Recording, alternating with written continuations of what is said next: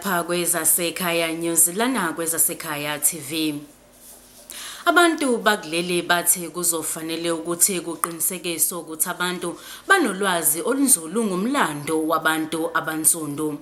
Lokhu kulandela ukuthi zingu-24 kwephezulu lelizwe belikade libungaza usuku lwamagugu nokuhlaluke kakhulu ukuthi abantu abaningi bazenzela izinto ezahlukahlukene ngalolu suku.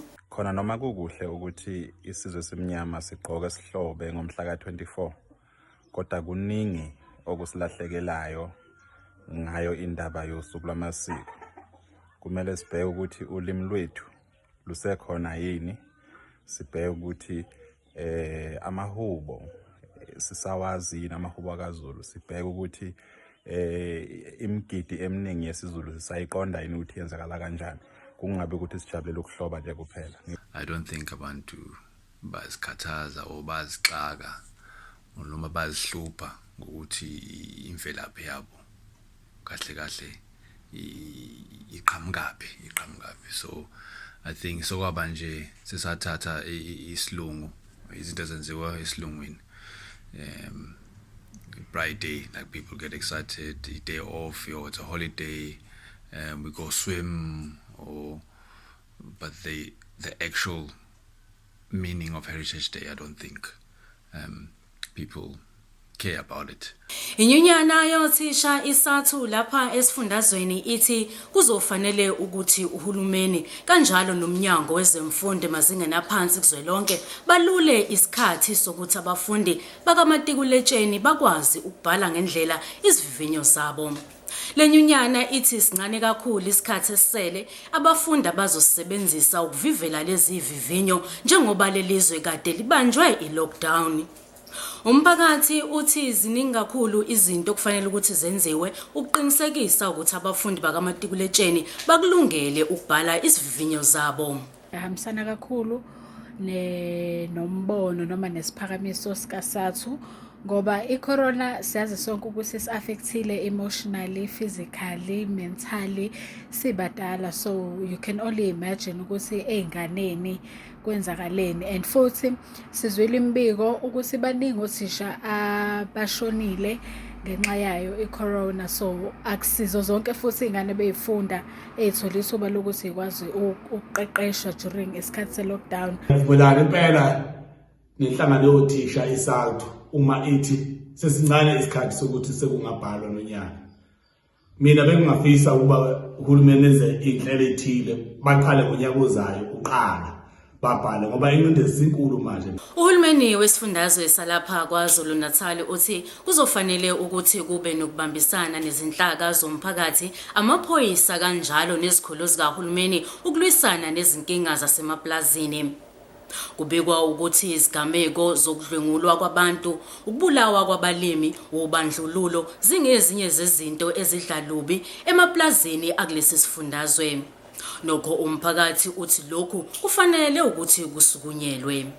Ngithi uhulumeni uright my vikela abantu abasebenza emaplazini ngoba abanako imali abayitholayo, bathola imali encane abangakwazi ukuziphilisa ngayo nemindeni yabo. Ephinde futhi abe right my defend abalimi labantu abasebenza emaplazini ukuthi abaqashi babo bayabachaphaza, akusho ukuthi phela usebengagcina bebabulala.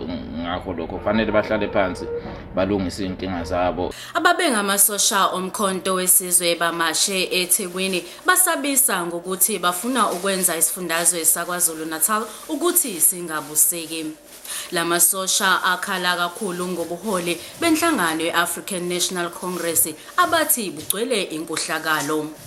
Nokho izinhlaka zomphakathi zithi lokhu kube yinto enhle nokufanele ukuthi izinhlaka ezahlukene zisukumele. Avumelana kakhulu nesenzo se-MKAVA sokuthi sigcwale emgwaqweni izolo.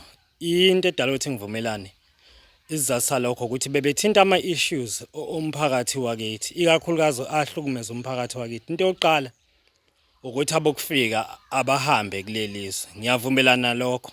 Izathu esidala ukuthi ngivumelane, abokufika badla imisebenzi yethu, abokufika banobugebengu obukhulu. Uma ngahle ipoint uphinde eHebrew uzofica kugcwele lapho abokufika and yizona indawo ezibudleke beyigebengu. Baphinde bathathe imisebenzi yabantu bakithi. Uma uya kwi-hospitality industry, uphinde futhi uye kwi-mining sector, uye kwi-security industry, uye kuma-factory ikakhulukazi aphethwe amandiya, uzofica kugcwele abantu bokufika. Ipoint number 2 yabo ye-corruption ngaphansi kahulumeni wethu. Ngiyayisupport impela kakhulu ngoba uhulumeni wethu u-corrupt ngalendlela eyisimanga. Ipoint number 3 yabo unbanning of i-youth league ngiyayisupport ngoba i-youth league yethu ilidwa abantu asebebadala ikakhulukazi aba-above 40 ekuthiwa i-NTT. Awuyibona abayizwi le-youth. I-youth league yethu ayisenazwi ulusha lwethu. Sokuyilabantu okuyibona sebeyi-voice yolusha. Abuyibona abantu abadala esebeba above 40. Point number 3, implementation of ama-resolution Nazareth Conference. Ngiyabasupporta kakhulu. Sibuye nasimphelile iminyaka engaphe kwemithathu. Sibuya kwinkomfa yase-Nazareth. But kuze kube namuhla awukho umhlaba esike sezwa kuthiwa ubuyisiwe. Okungenye yama-resolution ase-Nazareth. Impela ngiyayisupport isinqumo esithathwe i-MKAVA. Ikweza Environmental Consulting ithi izogqugquzela inhlanzeko ezinhlakeni ezahlukahlukene kulelizwe ikakhulukazi emabhishi. Lenhlangano ithi kubalekile kakhulu ukuthi umuntu uma ngabe evakashile emabhishi akulele aqinisekise ukuthi ngemumva akayishiyi imfucuza ngoba lezi indawo zithathwa njengesizinda somnotho kulelizwe.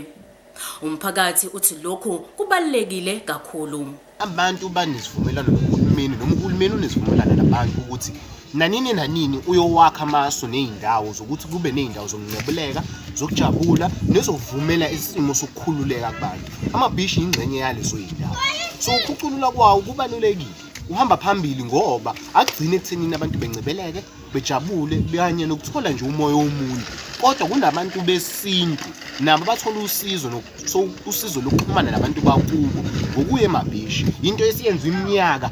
Ake sibheke kwezemidlalo. Siqale ngokuthi sikubhekelele phesha kwezilwandle sithola ukuthi iqembu iBayern Munich ishaye iSevilla ngamagoli 2 kwelilodwa nokuyenzeke ompetha beEuropa Super Cup. Kanti mangabe sibuya sobheka lapha eNingizimu Afrika, udokotela uIvan Khoza umemezele iDStv njengesponsor esisha sePremier Soccer League. Abantu abaningi bakuthokozele kakhulu lokhu njengoba bethi balindele imidlalo eminingi eyahlukahlukene komabonakude babo. DStv inkampani enkulu kakhulu, so kungijabulisile ukuthola ukuthi sebengabaxhasi bePSL. Why ngijabula ukuthi DStv vele kusho DStv, so that means wonke ama-leagues akhona kulela Africa, ama-leagues abantu abaningi abawathathi serious, nama-games enzakalayo emakhaya njalo umtsepe league njalo.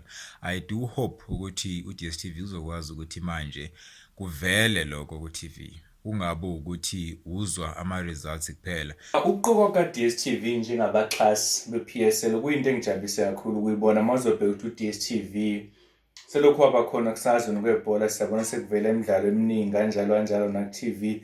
Kodwa-ke into engifuna ukuyazi kakhulu kusendabeni yemali mawuzobheka ukuthi u-Arsenal ushiye no-15 million ade usuthe iwona esiwahamba kanjalo, ukuthi bona ngabe bazohlala 15 or bazonyuka kanjani, okunje-ke ama-innovations abazofika nawo sengayiwona singajabela ukwabona nokuthi ibhola belithuthukise, sibabonile benza ku-MDC. Konke lokho mhlawumbe bengakunyusa singabona nestandard sebhola lethu linyuka-ke, kodwa imali mina engiyibheka kakhulu nokuthi mhlawumbe sibe nama-teams awu-18, hayi lama-teams amancane awu-16 abanawo. Okay, bengacala ukuthi bandise ama-channels, ibhola nje kube yona into ebakhona ngokwama-channels akhona, kungabi khona okukhishwayo phela, kodwa-ke bandise ama-channels and ama-leagues amancane bawa-recognize kakhulu ngoba abalulekile.